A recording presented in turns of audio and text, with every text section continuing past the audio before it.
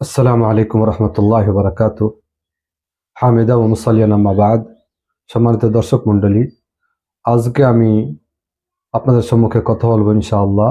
সে বিষয় হচ্ছে পবিত্র রমজান মাসে 10 প্রকার মানুষের মধ্যে তৃতীয় প্রকার সম্পর্কে, এবং সেটি হচ্ছে আজকের বিষয় হচ্ছে আল মাজনুন, পাগল।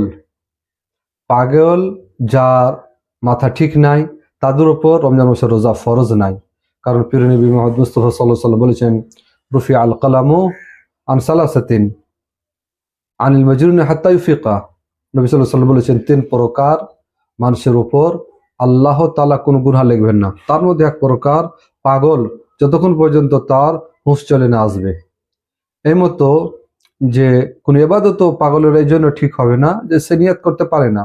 এবং সেই হাদিস আমরা সবাই জানি, নবী সাল্লাল্লাহু আলাইহি ওয়াসাল্লাম বলেছেন, ইন্নামাল আমালু বিন্নিয়াত ওয়া ইন্নামা লিকুল্লি ইমরিইম মা নাওয়া।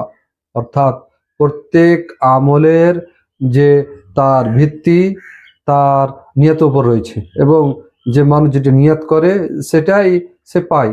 তো তার যখন সে নিয়তই করতে পারে না, তো কেমন করে তার রোজা হবে?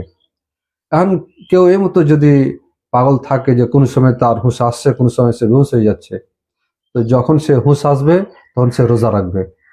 হ্যাঁ, এই মতো যদি হয় যে সে সাময়িকভাবে বেহুশ হয়ে যায়, আবার আবার হুঁশ চলে আসে, তো যখন বেহুশ হয়ে যাবে আল্লাহ তাআলা ইনশাআল্লাহ ক্ষমা করবেন। কিন্তু যখন হুঁশ চলে আসবে তখন তাকে চেষ্টা করতে হবে সে যেন রোজা রাখে, এবং সে সময়টা সে যেন খাওয়া দাওয়া না করে।